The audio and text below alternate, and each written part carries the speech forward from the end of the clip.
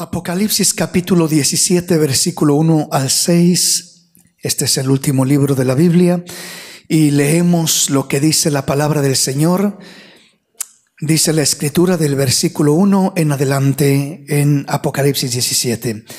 Vino entonces uno de los 7 ángeles que tenía las 7 copas y habló conmigo diciéndome: ven acá y te mostraré la sentencia contra la gran ramera, la que está sentada sobre muchas aguas, con la cual han fornicado los reyes de la tierra, y los moradores de la tierra se han embriagado con el vino de su fornicación. Y me llevó en el espíritu al desierto, y vi una mujer sentada sobre una bestia escarlata, llena de nombres de blasfemia, que tenía 7 cabezas y 10 cuernos. Y la mujer estaba vestida de púrpura y escarlata, y adornada de oro y de piedras preciosas y de perlas, y tenía en la mano un cáliz de oro lleno de abominaciones y de la inmundicia de su fornicación, y en su frente un nombre escrito, un misterio: Babilonia la grande, la madre de las rameras y de las abominaciones de la tierra. Y vi a la mujer ebria de la sangre de los santos y de la sangre de los mártires de Jesús, y cuando la vi quedé asombrado con gran asombro. Meditamos en la palabra del Señor en Apocalipsis capítulo 17, versículo 1 en adelante, donde la palabra del Señor dice: vino entonces uno de los 7 ángeles que tenían las 7 copas y habló conmigo diciendo: ven acá y te mostraré la sentencia contra la gran ramera, la que está sentada sobre muchas aguas, y con la cual han fornicado los reyes de la tierra, y los moradores de la tierra se han embriagado con el vino de su fornicación. Miramos en este pasaje que Dios, el Señor Jesús, le habla a Juan y le muestra algo maravilloso en revelación, en Apocalipsis. Le muestra lo que sucederá en el tiempo venidero, más fuertemente, más abiertamente. Pero aunque esta es una visión que tendrá su cumplimiento total en un tiempo venidero, sin embargo, este movimiento, por así decirlo, este desarrollo, esta mujer que la palabra describe en este lugar, ya es una mujer que ha venido existiendo desde muchos siglos atrás. O sea, no significa que porque va a tener su cumplimiento total en los tiempos venideros, no significa que no está vigente en el presente y que no ha estado activa y vigente en el pasado, ya preparando el terreno para el tiempo final. Entonces, en este pasaje miramos que el Señor le habla a Juan, mejor dicho, dice que vino entonces uno de los 7 ángeles, usa uno de los ángeles que tenía las 7 copas, y habló conmigo diciendo: ven acá y te mostraré la sentencia contra la gran ramera, la que está sentada sobre muchas aguas. En este pasaje miramos que habla de una ramera, una mujer que está sentada sobre muchas aguas. ¿Qué representa esta ramera, esta mujer que miramos en este lugar? Esta mujer representa una iglesia. Esta mujer representa lo que es una iglesia. Cuando hablo de una iglesia, no estoy hablando de una religión necesariamente, no estoy hablando de una denominación, estoy hablando simplemente de todo lo que es un movimiento mundialmente que se ha estado preparando, que ha estado desarrollándose y lo está aún en el presente, para tener una manifestación más plena y más completa en los años venideros, en el tiempo venidero. Esta mujer representa una iglesia, pero no cualquier iglesia. Esta mujer representa la iglesia apóstata, la iglesia que estará gobernando, manifestándose, reinando en los últimos tiempos, cuando cuando el Señor le dé cumplimiento a su palabra en el final de los tiempos. Miramos que todo esto ya va preparándose en el camino de lo que es el cumplimiento de este pasaje de la Escritura. Le decía que aunque este es un pasaje profético que se cumplirá completamente en los últimos días, en los últimos tiempos, sin embargo, su origen, su principio, su inicio no es algo nuevo, es algo que viene desde la antigüedad, ya preparando el camino, ya preparando el terreno, ya manifestándose de alguna manera para dar cumplimiento a todo esto que la palabra de Dios nos dice. En la Escritura miramos dos iglesias. Miramos la iglesia de Cristo y miramos la iglesia apóstata, que es contraria a la iglesia de Cristo. La iglesia de Cristo, primeramente, quiero que hagamos diferencia entre una y otra, porque al final de cuentas la humanidad completa se va a prácticamente, o todo aquel que profesa de alguna manera una religión o una creencia, se va a dividir en dos grupos. Se va a dividir en lo que es la iglesia de Cristo, un grupo, y otro grupo se va a dividir formando parte de lo que es la iglesia apóstata, que es descrita precisamente aquí en Apocalipsis 17. Entonces, cuando miramos o hablamos de lo que son dos iglesias, la iglesia de Cristo es la iglesia genuina, la esposa del Señor, es aquella que va a irse a la gloria de Dios, aquella que está esperando el sonar de la final trompeta para ser levantada por el Rey de Reyes y el Señor de Señores, aquella que sabe que su patria no es este mundo, no es esta tierra, aquella que añora lo eterno, aquella que espera lo espiritual, aquella que mira las cosas que no se ven, porque la Biblia dice que las cosas que se ven son temporales y pasajeras, pero las cosas que no se ven son eternas y verdaderas. Y la iglesia de Cristo busca las cosas eternas y verdaderas. La iglesia de Cristo sabe que este mundo no es su hogar, sabe que somos peregrinos y extranjeros y que vamos de pasadita.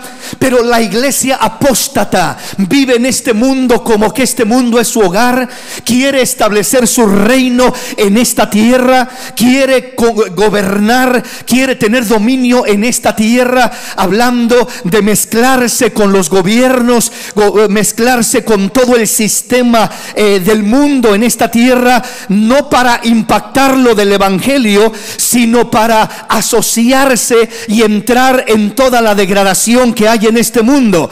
Entonces, en resumen, le decía, hay dos iglesias: está la iglesia de Cristo y está la iglesia apóstata, la cual nos describe este pasaje. Ahora, veamos un poquito qué es la iglesia de Cristo. La iglesia de Cristo no es una religión, no es una denominación, no es una organización, no es una congregación, sino es un organismo vivo.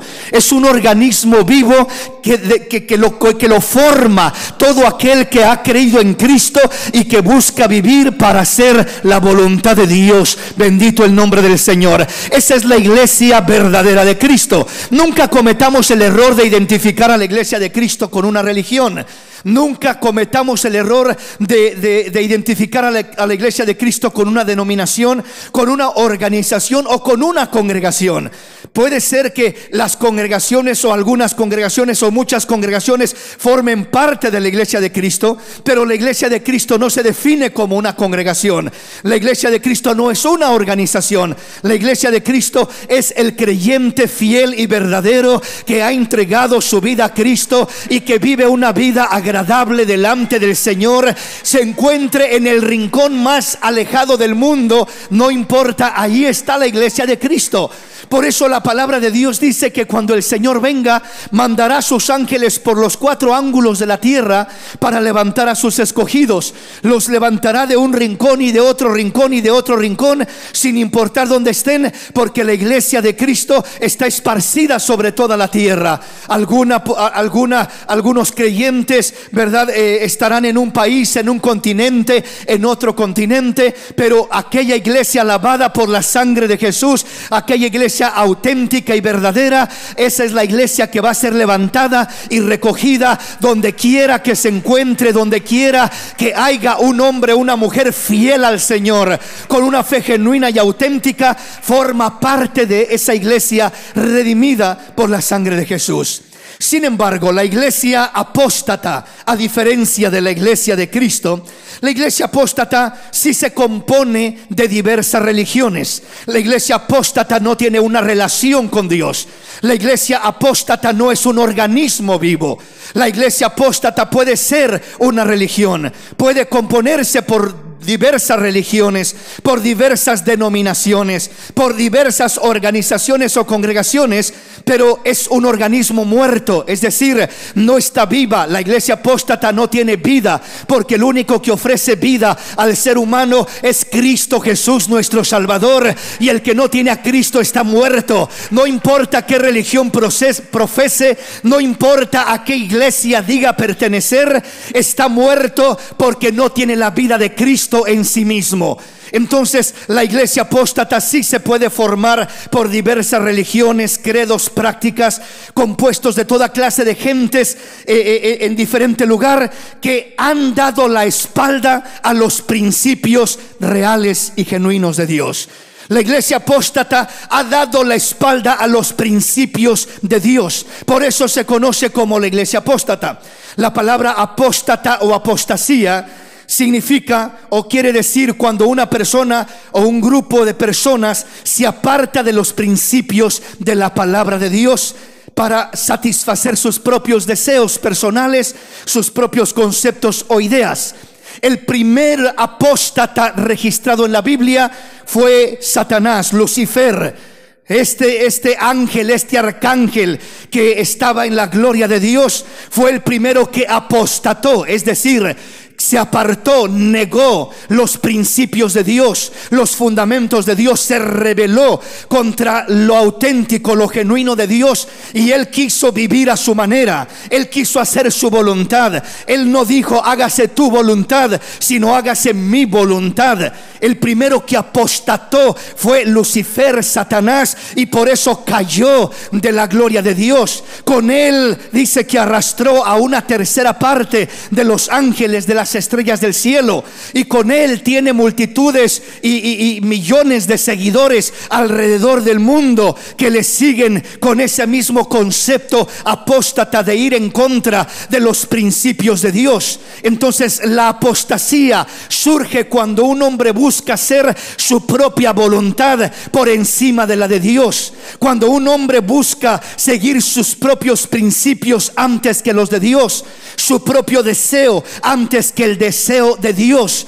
Cuando miramos esta mujer en Apocalipsis 17, que es una mujer que dice la palabra que está sentada sobre una bestia, dice que está haciendo una alianza con esta bestia. Esta bestia, por supuesto, es el personaje que aparecerá en los últimos tiempos, representada, es decir, por Satanás. De esta manera estará haciendo alianzas satánicas esta iglesia apóstata, que no estará sirviendo a Dios ni agradando a Dios, sino haciendo todo lo contrario de lo que Dios nos manda. Y debemos de tener cuidado, porque este mundo a donde se encamina es precisamente al querer formar una sola religión, sin importar credo, sin importar prácticas, sin importar diferencia. Es decir, todos tenemos la verdad. Eso es lo que se predica y eso es lo que se proclama a nivel mundial hoy más que nunca.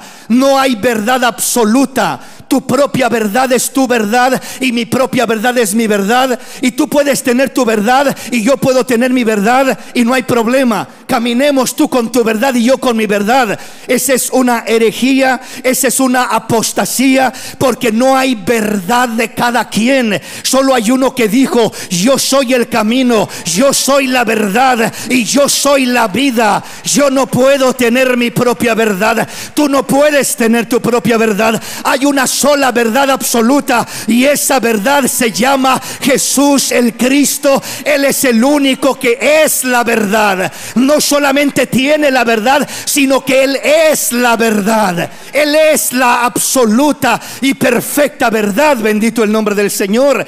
Entonces, estar en Cristo es abrazar esa verdad del Señor. Pero este mundo cada día proclama más el ecumenismo. ¿Qué es el ecumenismo? Un movimiento que busca la unidad de todas las iglesias mundialmente hablando.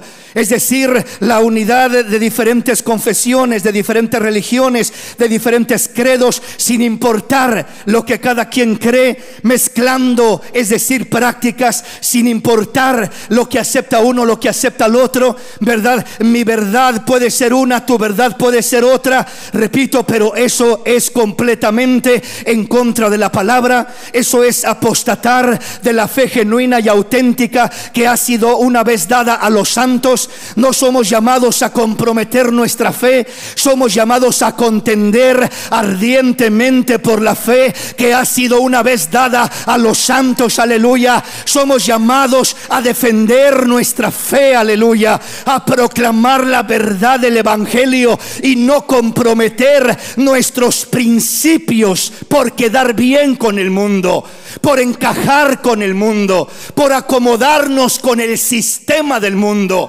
Entonces, ¿quién es esta iglesia apóstata? ¿Es una religión? No, es más que una religión. Si dijéramos es tal religión, limitaríamos demasiado a esta iglesia apóstata. Porque esta iglesia apóstata no es simplemente una religión hablando de cierto grupo, de cierta denominación. Puede incluir a cierto grupo, puede incluir a cierta congregación o denominación o religión, pero va más allá que una simple religión, que es decir, un grupo específico a quien uno quiera señalar. ¿Por qué razón? Porque así como la iglesia de Cristo no es un grupo en específico, es todo el creyente esparcido sobre la faz de la tierra. Así también esta iglesia apóstata es todo aquel que ha dado la espalda a los principios de la palabra de Dios, aquel que se ha comprometido y se ha mezclado con lo que son los valores de este mundo, las creencias, ha mezclado, ha comprometido sus principios por quedar bien con el sistema de este mundo. No puedo ir en contra del sistema de este mundo. Tengo que quedar bien con ellos, tengo que agradarles, tengo que complacerlos, tengo que decir que estoy de acuerdo con lo que este mundo está de acuerdo. Ahí comienza a mezclarse introducirse lo que es la apostasía, y ahí es donde comienza a brotar esta iglesia apóstata. Dice la palabra, el versículo 2: con la cual han fornicado los reyes de la tierra, y los moradores de la tierra se han embriagado con el vino de su fornicación. Es decir, está hablando de una mezcla completa con el mundo. El Señor lo dijo a través de Santiago de esta manera: no os hagáis amigos con el mundo, porque aquel que se hace amigo con el mundo se constituye enemigo de Dios. Aleluya. O eres amigo de Cristo o eres amigo del mundo. O estás en contra de Cristo y en favor del mundo, o estás en contra del mundo y en favor del Cristo verdadero, del Cristo vivo. Estás en favor del que es la verdad, del que tiene la verdad, de la iglesia auténtica y verdadera. Entonces, hablar de la fornicación en este caso, con la cual han fornicado los reyes de la tierra y los moradores de la tierra se han embriagado con el vino de su fornicación, está hablando de las alianzas que esta iglesia apóstata ha hecho desde años atrás, desde siglos atrás, y seguirá siendo y hará en una plenitud más fuerte en los tiempos venideros. Miraremos esa alianza fuerte con lo que es la política, los gobiernos y todo ello directamente, cuando el Señor dijo: denle al César lo que es del César y a Dios lo que es de Dios. Exalten a Dios sin mezclarse, sin comprometerse con los sistemas de este mundo. El mundo tendrá su sistema, tendrá su gobierno, bueno, lo respetamos en aquello que no va en contra de la voluntad de Dios, pero no nos comprometemos a seguir el sistema de este mundo. Nos comprometemos a seguir a Cristo por encima de todas las cosas, aleluya, entendiendo que Él nos ha llamado a seguirle a Él, a servirle a Él. El versículo 3 dice: me llevó en el espíritu al desierto y vi a una mujer sentada sobre una bestia escarlata llena de nombres de blasfemia, que tenía 7 cabezas y 10 cuernos. Aquí miramos esa bestia que aparece tanto en Apocalipsis, que es prácticamente una encarnación del mismo Satanás, manifestándose, obrando milagros y haciendo tantas cosas, engañando a la humanidad, y la humanidad yéndose en pos de ella para adorarla. Pues esta mujer dice que está sentada sobre esta bestia escarlata, o sea, está de acuerdo completamente. Y dice el versículo 4: y la mujer estaba vestida de púrpura y escarlata y adornada de oro y de piedras preciosas y de perlas, y tenía en la mano un cáliz de oro lleno de las abominaciones y de la inmundicia de su fornicación, de maldad, de pecado y de toda clase desagradable y reprobable delante de Dios. Esta mujer dice que estaba vestida de púrpura, de escarlata, adornada de oro, de piedras preciosas, de perlas. ¿Qué simboliza todo eso? Lo que simboliza es buscar la propia comodidad, buscar los placeres de este mundo, buscar las riquezas de este mundo. El enfoque de esta iglesia apóstata es la prosperidad en este mundo, aunque se pierda tu alma. Por eso es tan peligroso escuchar todo el movimiento que hay aún a nivel cristianismo en este último tiempo, hablando de la prosperidad, y que Dios te tiene que prosperar, y que la evidencia de que Dios está contigo es la prosperidad, y promoviendo la prosperidad por un lado y por otro. Cuando yo veo en la Biblia que el Señor Jesús dijo: las zorras tienen sus cuevas, las aves sus nidos, pero el Hijo del Hombre no tiene ni dónde recostar su cabeza, aleluya. Es decir, si Él no tenía ni dónde recostar su cabeza, ¿qué es lo que el creyente, el seguidor de Cristo, debe de pensar o esperar? Si la Biblia me enseña que los héroes de la fe anduvieron errantes, anduvieron por cuevas, por cavernas, desnudos, muertos a espada, perseguidos, desconocidos, ignorados y desechados por el mundo. Esos fueron los héroes de la fe que sirvieron a Dios. Y si ellos fueron rechazados por este mundo, la Biblia dice: hombres de los cuales este mundo no era digno, pero dice, ellos no miraban lo temporal, miraban lo eterno. No buscaban una patria en esta tierra, buscaban la ciudad cuyo arquitecto y constructor es el Dios de los cielos, aleluya. Buscaban algo mayor, algo mejor que lo superficial. Cuando la iglesia o el creyente comienza a poner su mirada en la tierra y a pensar que Dios lo ha llamado para que en esta tierra viva, es decir, rico con abundancia, y que esa es la evidencia de su fe, y que ese es el plan que Dios tiene para su vida, solo pensar en su propia comodidad, en riqueza, en oro, en plata, en vestidos, en tener todo lo superficial. Esa es la vanidad de la vida, la vanagloria de la vida. Esos son los deseos de los ojos, los deseos de la carne y la vanagloria de la vida. Pero nosotros no buscamos la vanagloria de esta vida, buscamos la gloria verdadera del Dios de los cielos, que va más allá de una vanagloria. Lo que el mundo te ofrece, el oro, la plata, todo lo terrenal, es una vanagloria. Pero la gloria que llena y satisface es la gloria de Cristo Jesús, nuestro Salvador.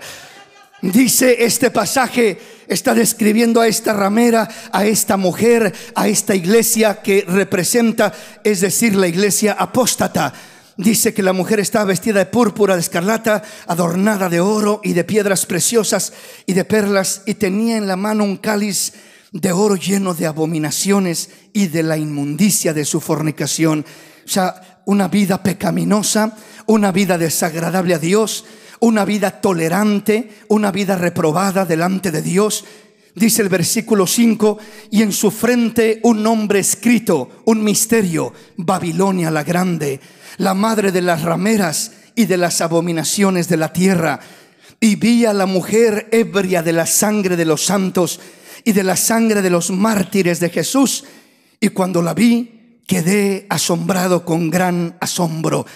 Le decía, este cumplimiento, esta palabra va a tener su cumplimiento en los últimos días, en su plenitud, en perfección. Pero desde un principio comenzó ya estas dos iglesias, la iglesia verdadera y la iglesia falsa, la iglesia apóstata. Miramos su reflejo desde un inicio.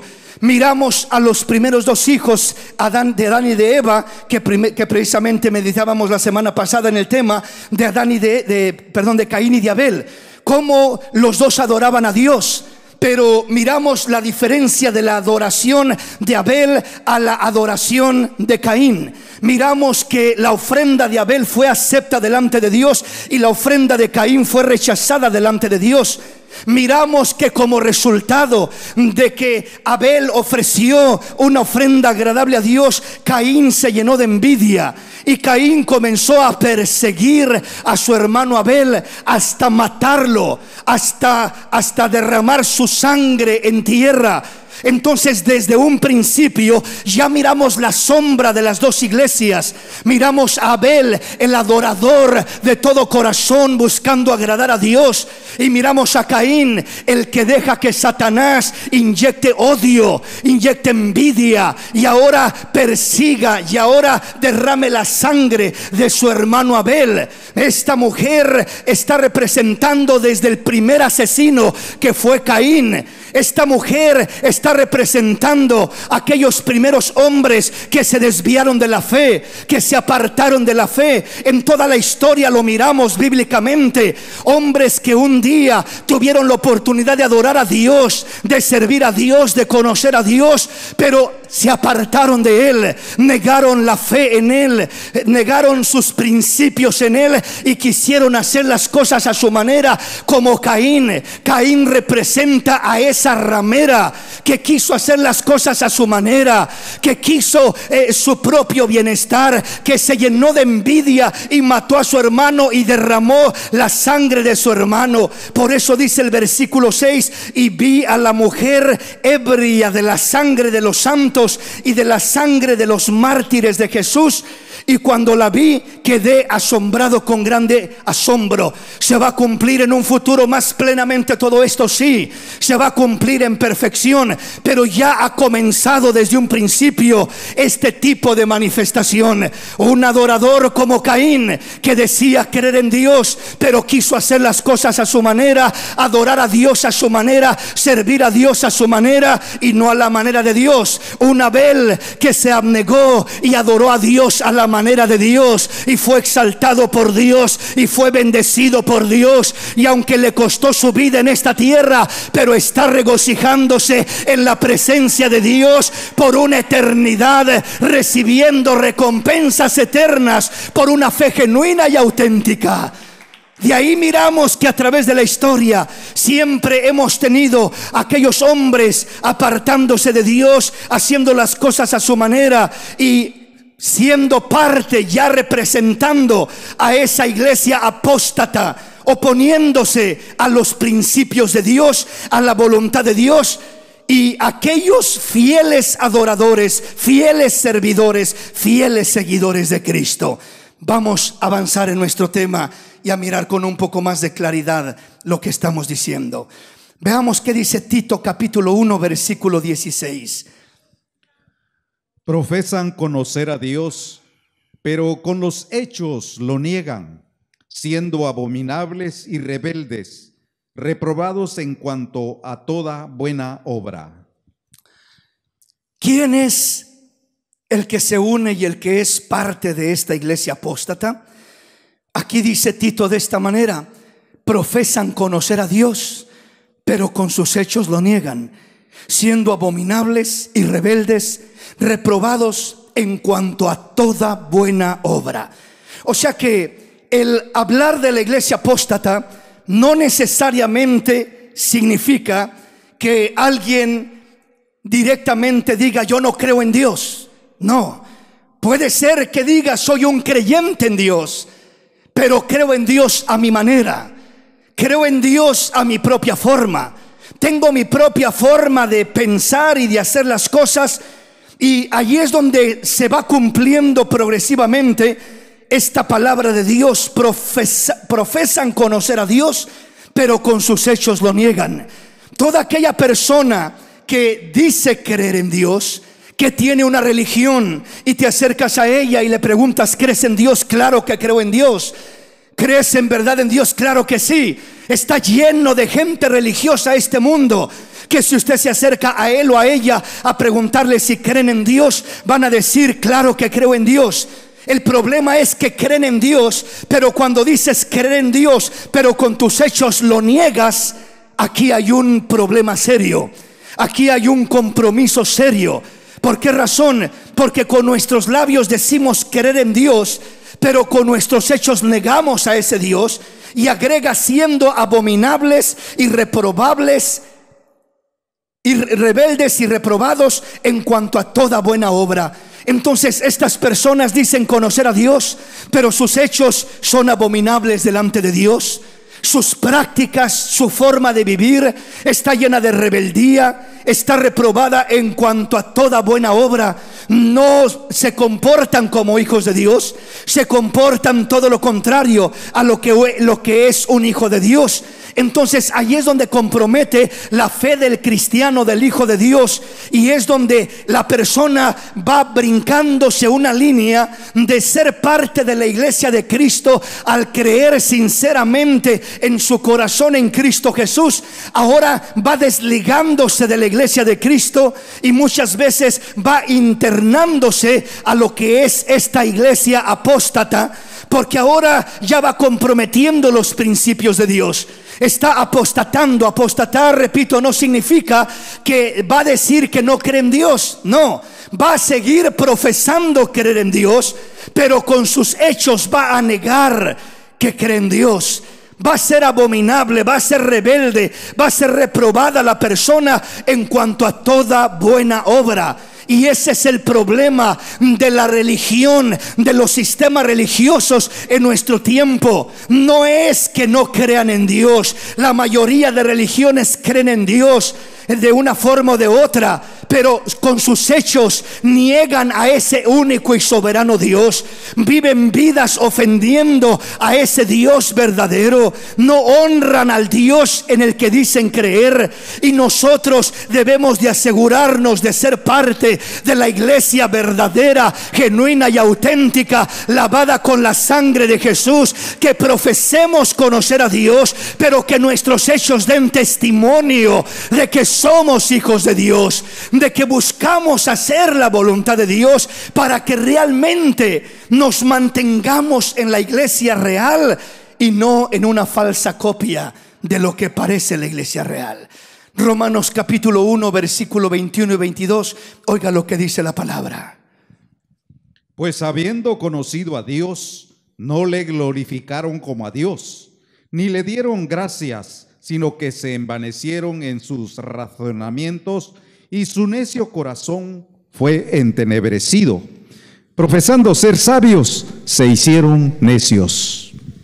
El problema más grande no estuvo, ni está, ni estará en que en este caso no hayan conocido a Dios, sino que en este pasaje nos habla del problema o el peligro de la apostasía. La apostasía se cumple sobre todo en aquellos que un día han profesado conocer a Dios, o que dice aquí en Romanos 1:21, pues habiendo conocido a Dios, no le glorificaron como a Dios. Entonces hay ambos casos. Hay casos donde hay quienes profesan conocer a Dios, pero con sus hechos lo niegan. Y la realidad es que si lo niegan con sus hechos, posiblemente nunca han conocido a Dios. Solo profesan conocer a Dios teniendo una religión, escondiéndose detrás de la careta de una religión cualquiera que esta religión sea. Profesan conocer a Dios, pero con sus hechos lo niegan. O como dice aquí Romanos 1:21, pues habiendo conocido a Dios. Aquí ya hay un compromiso más fuerte. Aquí ya no solamente dice que profesan conocer a Dios, sino dice habiendo conocido a Dios. ¿Qué significa esto? ¿Acaso significa que si alguien llega a conocer a Dios ya no tiene ningún riesgo de perderse? No es así, sino que aunque haya conocido a Dios, tiene que cuidar de aquello que Dios le ha dado, cuidar de la salvación con temor y temblor, porque Dios nos ha dado un regalo maravilloso para cuidarlo como algo especial, como algo valioso, como algo muy, muy, muy precioso para nuestra vida. Entonces dice, pues habiendo conocido a Dios, no le glorificaron como a Dios. Una cosa es decir que se conoce a Dios o haber conocido a Dios, y otra cosa es glorificarle como a Dios. Ni le dieron gracias, sino que se envanecieron en su razonamiento, y su necio corazón fue entenebrecido. Profesando ser sabios, se hicieron necios. Estas son las características de la iglesia apóstata. Esto es lo que lleva a una persona que un día profesó conocer a Dios, que un día dijo conocer a Dios, pero no le glorificó como a Dios, no le honró como a Dios. ¿Cuántas personas hay que llegan a conocer a Dios? O sea, Dios llega a tocar sus vidas, Dios llega a tratar con ellos, Dios llega a bendecirlos. Algunos, Dios llega a sanarlos físicamente, Dios llega a hacer milagros en sus vidas, Dios llega a hacer cosas hermosas de una o de otra forma. Y qué bonito es recibir bendición de Dios. Qué bonito es decir, el Señor me sanó. Qué bonito es decir, el Señor me salvó. El Señor restauró mi familia. El Señor me cambió mi vida, me proveyó un trabajo, me dio aquí, me dio allá. Hizo tantas cosas en mi vida. Hermano, lo que Dios ha hecho en nuestra vida no nos garantiza irnos a la gloria de Dios. Cuando digo que lo que Él ha hecho en nuestra vida, me refiero a que si Él me sana, si Él provee, si Él hace un milagro, si recibo bendición y beneficio de Dios, eso no es seguridad de que me voy a la gloria de Dios. Porque mucha gente recibe beneficios de Dios, pero no glorifica a Dios por esos beneficios. ¿Qué es glorificar a Dios? Alguien dirá, no, pues glorificarlo es solamente decir gloria a Dios y aleluya y gracias Señor porque me hiciste el milagro. No, eso no es solamente glorificar a Dios. Glorificar a Dios significa honrarlo en agradecimiento, en obediencia por aquello que Él ha hecho en nuestra vida. Honrarlo. Cuando honras a Dios, la honra que le das a Dios es la mejor forma de glorificar a Dios. Si yo glorifico a Dios diciendo gloria a Dios y aleluya, pero no honro a Dios con mi vida, mis palabras que dije se tornan en vanas, se tornan en algo insignificante, porque no estoy honrando a Dios. ¿Quieres glorificar a Dios por aquello que Él ha hecho en tu vida? Glorifícalo honrándolo, obedeciéndole, agradándole, porque eso es lo que realmente glorifica a Dios. Dice la palabra del Señor allá en Juan 15: en esto es glorificado mi Padre, en que llevéis mucho fruto y seáis así mis discípulos. En que llevemos fruto. ¿Qué fruto? Fruto de buenas obras, fruto de obediencia, fruto de alabanza, fruto de honra, de agradarle a Dios, fruto de vidas transformadas, fruto de vidas que testifican con el diario vivir de que hay un Dios verdadero que cambia vidas, que cambia corazones, que hace maravillas en la vida del hombre, en la vida del ser humano. Aleluya. No le glorificaron como a Dios. La gente que solo recibe milagros y no le glorifica como a Dios es un ejemplo de aquellos 9 leprosos que fueron sanados. Digo 9 porque fueron 10 en realidad los que fueron sanados, pero uno de ellos sí le glorificó como a Dios. Uno de ellos regresó, se postró a los pies del maestro, le dijo: Señor, mi vida estaba destruida, estaba muerto en vida y estaba destinado a la perdición. Ahora mi vida ya no me pertenece, ahora mi vida te pertenece. Ahora mi vida la viviré para honrarte, para agradarte, para glorificarte. Mi vida es tuya, Señor, ya no es mía, Señor. Eso es lo que glorifica a Dios. Dijo Pablo: ahora ya no vivo yo, mas vive Cristo en mí. Aleluya. Esa es la mejor forma de glorificar a Dios. Pero acá dice que habiendo conocido a Dios, no le glorificaron como a Dios. Imagínense, los 10 leprosos se acercan al Señor creyendo en Él, sí, creyendo en Él. Señor, ayúdanos, ten misericordia de nosotros. ¿Y qué hizo el Señor? Se movió a misericordia. Vayan al templo y muéstrense a los sacerdotes. Cuando van en camino hacia el templo, todos son sanados por el Señor. Y ellos entendieron que esa no fue una casualidad o coincidencia. Ellos entendieron que fue un milagro de Cristo. Ellos lo sabían, lo supieron claramente. Pero 9 de ellos recibieron el milagro, recibieron el beneficio, recibieron la bendición, pero no le glorificaron como a Dios. Entonces, ¿qué hicieron? Se fueron a vivir su vida a su manera, sin acordarse de aquel que los salvó, que los sanó, que los restauró, que los libertó. Sin acordarse de Él, sin darle la honra, sin glorificarle como a Dios. Cuando recibes beneficio de Dios y te vas a vivir tu vida a tu manera, sin ningún compromiso con Dios, sin entender verdaderamente lo que Dios ha hecho en tu vida y contigo, no le estás glorificando como a Dios. Dirás: creo en Dios, sí, creo en Dios. Recibí un milagro de Dios, sí. ¿Qué podían decir esos 9 leprosos? ¿Creen en Dios? Claro que creemos en Dios. ¿Creen en Jesús? Sí, claro que creemos. Él nos hizo un milagro y nos salvó de nuestra lepra. Oh sí, entonces ¿creen en Dios y creen aún en Jesús? Sí, creemos. Pero ¿y sus vidas? ¿Dónde estaban? ¿Y a dónde se fueron? ¿Y qué hicieron? Según la Escritura, según el Señor Jesús, dice: ¿dónde están los otros 9? ¿Que no fueron 10 los que sané? Aquellos no me glorificaron como a Dios.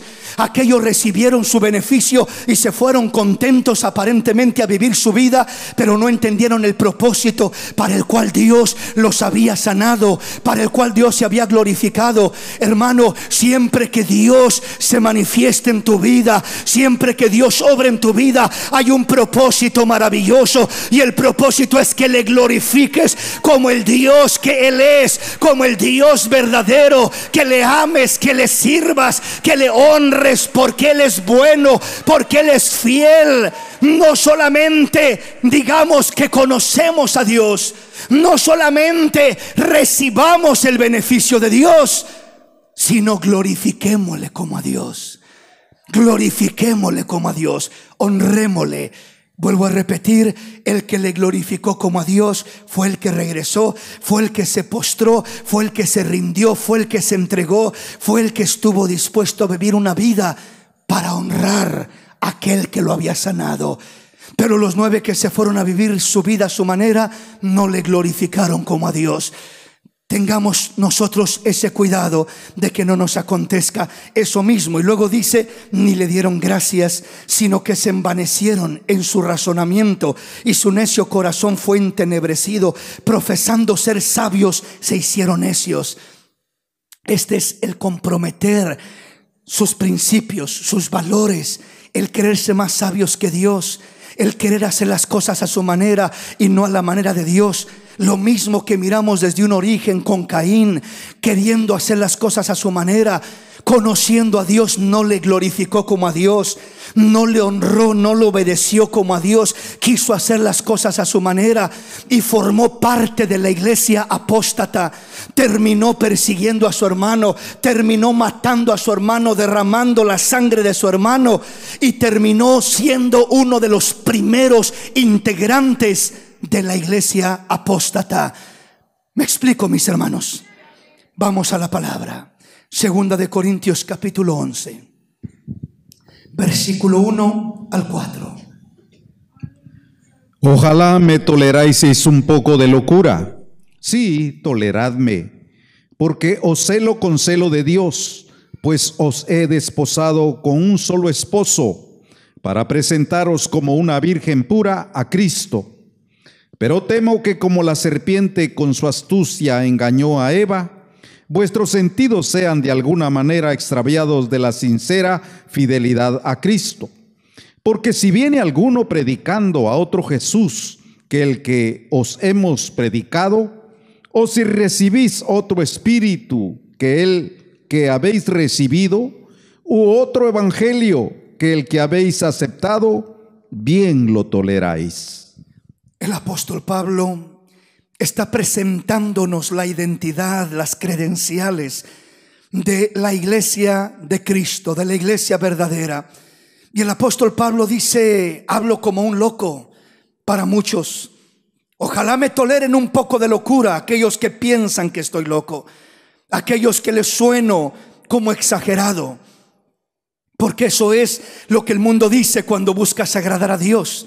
Estás loco, eres un fanático, eres un exagerado, porque buscas honrar y agradar a Dios y no estás de acuerdo a ir con la corriente de este mundo y a comprometer tus principios, que es lo que te constituye en una persona que entra en la apostasía y comienza a formar parte de otra iglesia, la iglesia apóstata. Entonces el apóstol Pablo dice: ojalá me tolerases un poco de locura, sí, toleradme, porque os celo con celo de Dios, pues os he desposado con un solo esposo para presentaros como una virgen pura a Cristo. Está diciendo el apóstol: tengo celo de Dios por ustedes.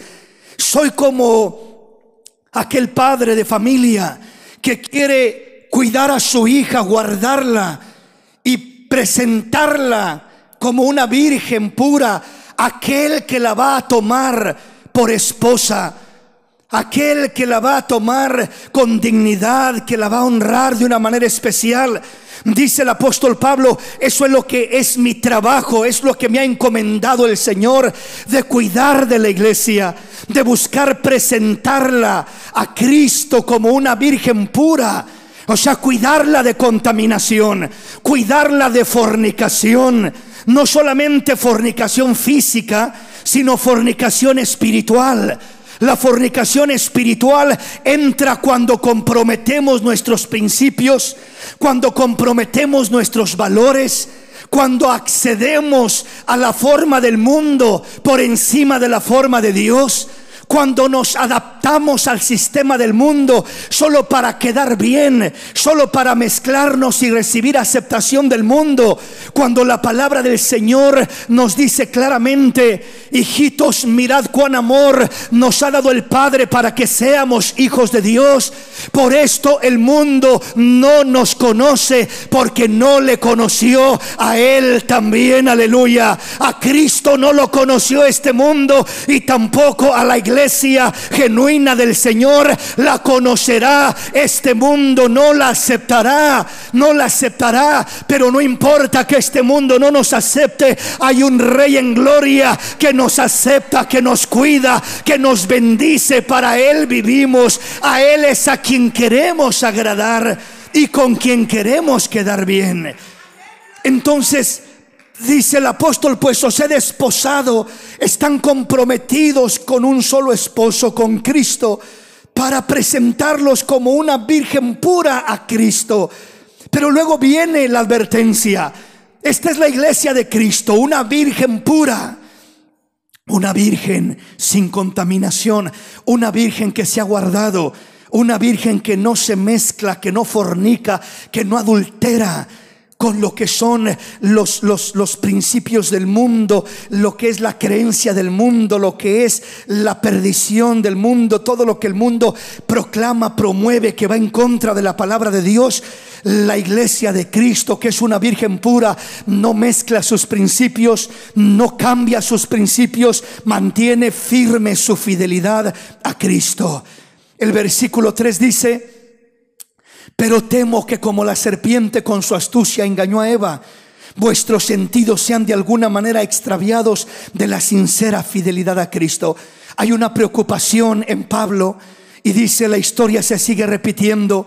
Así como Eva fue engañada en un principio por la serpiente, Dice: temo que vuestros sentidos también sean de alguna manera extraviados de la sincera fidelidad a Cristo. ¿Cómo engañó la serpiente a Eva? Le dijo: no moriréis, no vas a morir. Eso que Dios ha dicho no es cierto. Si comes de este fruto, si comes de lo que Dios te ha dicho que no comas, no vas a morir, no te va a pasar nada. Van a ser abiertos tus ojos y vas a conocer el bien y el mal. Cuando Dios le dijo claramente a Adán y a Eva que no comieran del fruto prohibido, del fruto de la ciencia del bien y del mal, había dos árboles en el huerto: el árbol de la vida, de ese podían comer, y de todos los demás árboles también. Pero del árbol que estaba en medio del huerto, dijo Dios: no comeréis. El árbol de la ciencia del bien y del mal. Ese árbol de la ciencia del bien y del mal representa la apostasía, representa la mezcla del bien y del mal, representa el querer pensar de que con las cosas buenas que puedo hacer puedo justificar las cosas malas que también puedo hacer. En la ciencia del bien y del mal, del árbol de la ciencia del bien y del mal, te dice: sigue creyendo en Dios por un lado, sigue buscando hacer el bien, pero no hay problema si también participas del mal, porque al fin y al cabo Dios es bueno, Dios perdona y no hay ningún problema. Así que es vivir una vida doble, es vivir una vida tibia, es vivir una vida con compromiso, aparentemente con Dios y aparentemente con el mundo. La ciencia el árbol de la ciencia del bien y del mal, dijo Dios: no comerás de ese árbol, de ese fruto. Yo no quiero que seas tibio, yo no quiero que estés en el mundo y que estés conmigo. Yo no quiero que vayas por la puerta ancha, porque ancho es el camino que lleva a la perdición y muchos los que van por él. Quiero que entres por la puerta angosta, porque angosto es el camino que lleva a la vida eterna y pocos son los que entran por ese camino. Entra por ese camino, esfuérzate a entrar por él y no sigas el camino ancho. Entonces, cuando miramos que el apóstol dice: pero temo que como la serpiente con su astucia engañó a Eva ofreciéndole, diciéndole: si comes de este fruto serás como Dios, tú y tu esposo serán como dioses, conociendo el bien y el mal. Van a tener experiencias extraordinarias. El mundo quiere promover y quiere inyectarte la idea de querer sentirte grande, sentirte poderoso en este mundo, sentirte invencible en este mundo, sentirte especial, que te admiren, que te vean, que te aplaudan, que seas alguien en este mundo. Eso es querer ser como Dios. Querer ser como Dios es enaltecerte, engrandecerte en este mundo. Sé alguien en este mundo, que este mundo te admire por cómo vistes, por lo que tienes, por tu riqueza, por tu dinero, por tu placer, por tu fama, por todo lo que logres tener. Pero el Señor dice: no es importante que este mundo te admire, es importante que Dios se agrade de ti y que honres al único y soberano Dios. Eso es lo que importa. ¿A quién agradarás? ¿A este mundo o a Cristo? ¿Para quién vivirás? ¿Para este mundo o para Cristo? Entonces el apóstol tenía ese temor de que como la serpiente con su astucia engañó a Eva, vuestros sentidos sean de alguna manera extraviados de la sincera fidelidad a Cristo. ¿Y a qué se refiere Pablo con todo esto? Lo explica en el versículo 4. Porque si viene alguno predicando a otro Jesús que el que hemos predicado, o si recibís otro espíritu que el que habéis recibido, u otro evangelio que el que habéis aceptado, bien lo toleráis. ¿Qué significa esto? Dice el problema, dice Pablo, el peligro que yo veo. ¿A qué te refieres con esto de que la serpiente me puede engañar? ¿A qué te refieres, Pablo, con esto de que mis sentidos pueden ser extraviados de la sincera fidelidad a Cristo? ¿Qué quieres decir con eso, Pablo? Te voy a decir qué quiero decir, dice Pablo. Quiero decir que si viene otro predicando a otro Jesús, puede ser que lo aceptes y lo sigas. Si viene otro predicando otro evangelio, puede ser que lo creas y lo recibas. Puede ser que si viene otro predicando, ofreciéndote otro espíritu, puede ser que lo recibas y vivas con otro espíritu y llano con el Espíritu Santo de Dios.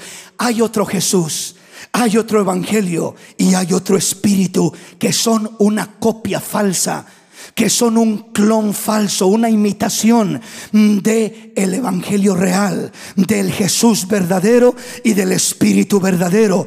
Y somos llamados a tener cuidado en no caer en lo superficial, en lo falso, en no caer en la imitación barata del otro Jesús, del otro evangelio, del otro espíritu.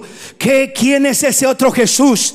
Pues es aquella gente que dice seguir creyendo en Jesús, pero viven creyendo en un Jesús que solamente me ofrece bendiciones, pero no me demanda compromiso, no me pide nada, no me exige nada.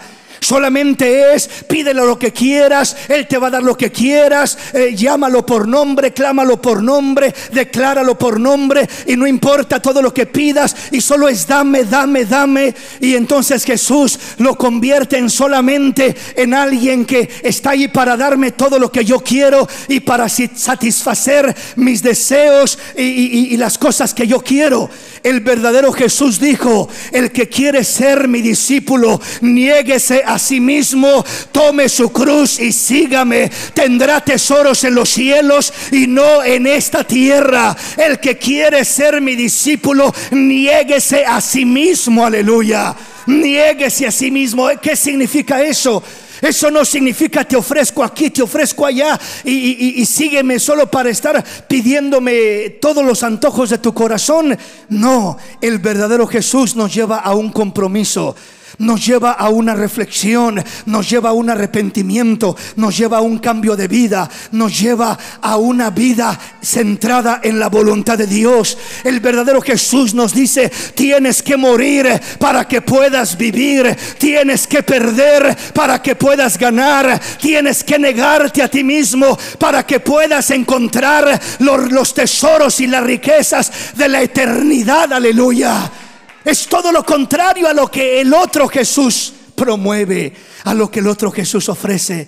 El otro Jesús se predica a un Jesús que se le dice a la gente: cree en Jesús y todos tus problemas se van a arreglar. Cree en Jesús y todas tus necesidades van a ser suplidas. Cree en Jesús y todo lo que quieras vas a recibir. Y ese es el otro Jesús, un Jesús que se acomoda a mí y no un Jesús que me pide que yo me acomode a Él. El verdadero Jesús no se acomoda Él a mí, no me sigue Él a mí, no me bendice Él a mí donde yo quiero, como yo quiero y cuando yo quiero. El verdadero Jesús me dice: acomódate tú a mí, sígueme tú a mí, hónrame tú a mí, y yo haré lo que está en mi voluntad sobre tu vida. Ese es el verdadero Jesús, el Jesús que me cambia a mí, el Jesús que me dice: tienes que ser transformado y renovado para que puedas ser más como yo, conocerme verdaderamente. Entonces, repito, el otro Jesús es un Jesús solamente de religión, es un Jesús de tradición, es un Jesús de Navidad, es un Jesús de Santa Claus y de tanta tradición que no tiene nada que ver con Dios, y que todo lo contrario promueve simplemente creencias paganas, que su origen no tiene nada que ver con Dios, no tiene nada que ver con Cristo. El verdadero Jesús no está simplemente debajo de un árbol de Navidad. El verdadero Jesús es el que te confronta, es el que te reta, es el que te dice: quiero cambiar tu vida, quiero que tu vida sea diferente.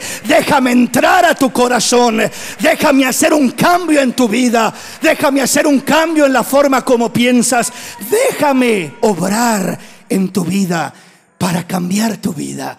Entonces, el verdadero Jesús es un verdadero Jesús que, repito, nos confronta. Es un verdadero Jesús que nos dice: niégate a ti mismo. Es un verdadero Jesús que dice: tienes que morir para vivir, tienes que perder para ganar. El que gana en este mundo la perderá, pero el que pierde su vida en este mundo la ganará para vida eterna, la ganará para la gloria de Dios, porque tiene los principios correctos de Dios.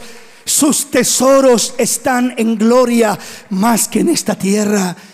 Es decir, no es que Dios se oponga ni que sea un pecado a que tú tengas un dinerito, a que tú tengas un ahorro o una cuenta bancaria o un carro o algo que tengas en esta tierra. No, no es que Dios se oponga ni que sea pecado eso, pero es malo y es pecado vivir solo para eso, vivir pensando en eso, tener tu corazón en eso y dejar a un lado lo que realmente vale. Esas son añadiduras que Dios te da. Pero dice el Señor: busca primero el reino de Dios y su justicia, y todo lo demás vendrá como una añadidura. Vendrá como una añadidura. Entonces, ¿dónde entra el brincar la línea de adorar al verdadero Jesús a adorar al falso Jesús? La iglesia apóstata adorará a un Jesús, pero será el falso Jesús. Tendrá un evangelio, pero será el falso evangelio. ¿Cuál es el falso evangelio? El falso evangelio es aquel que yo acomodo a mi manera. Aquel evangelio que yo busco lo que me conviene y desecho lo que no me conviene. Aquel que yo tomo lo que me agrada y lo que no, eso lo hago a un lado. Y solo tomo esto me conviene, esto me conviene y esto me conviene, y todo lo demás lo hago a un lado porque no me conviene. Entonces el verdadero evangelio no es un evangelio parcial que se acomoda a mi manera, que yo lo puedo usar para justificar mi forma de vivir, para seguir viviendo una vida desagradable a Dios, simplemente diciendo: no hay problema, Dios es amor, no hay problema, Dios perdona, no hay problema, que al cabo puedo seguir viviendo mi vida y en el último momento me arrepiento y le pido perdón a Dios. Ese es el falso evangelio, ese es el falso Jesús. Ese es un espíritu de engaño que manipula a multitudes de personas fuera del evangelio, fuera de la iglesia, y aún a mucha gente que ha conocido el evangelio. La manipula haciéndole creer que uno puede vivir su vida a su antojo, a su manera, y solo cuando se va a morir se arrepiente y se va a la gloria de Dios. Estás queriendo burlarte de Dios, y Dios no puede ser burlado. El arrepentimiento no es algo que sucede cuando uno quiere. El arrepentimiento es un regalo de Dios, que Dios no lo otorga, no lo ofrece cuando Él quiere, no cuando yo decido. Cuando yo decido puede ser demasiado tarde. Cuando yo quiero puede ser demasiado tarde. Proverbios capítulo 1 versículo 23 dice, habla de aquellos que piensan de esa manera y dice: yo me voy a burlar en su calamidad. Me van a buscar y no me van a encontrar, me van a clamar y no voy a responder, porque cuando yo los busqué no me respondieron, porque cuando yo los invité, reprobaron y rechazaron mi consejo, no aceptaron mi invitación. Por tanto, en su calamidad dice: yo también me burlaré, yo también me reiré. Eso lo dice la palabra de Dios. Buscad al Señor mientras puede ser hallado, llamadle entre tanto que está cercano. Deje el impío su camino y el hombre inicuo sus pensamientos perversos, y vuelva hacia el Señor, el cual tendrá de él misericordia y el cual será amplio para perdonar. Hoy es el día de salvación, hoy es el tiempo aceptable delante del Señor. Este es el tiempo cuando Dios quiere que aprovechemos, cuando Él nos invita, y no cuando uno quiere o uno se le antoja. Ese es un espíritu de engaño, un espíritu de engaño que te puede llevar a la condenación eterna. Dios es un Dios que trata con el hombre, y cuando Él trata con nosotros debemos de abrir la puerta de nuestro corazón, debemos de corresponder y de creer en ese verdadero Jesús, para no convertirnos en aquella iglesia apóstata, en aquella iglesia que tiene otro Jesús, otro evangelio, y que tiene otro espíritu que el que Dios nos ha dado. Acá me detengo porque el tiempo nos ha ganado. Le voy a invitar que nos pongamos de pie en esta preciosa mañana.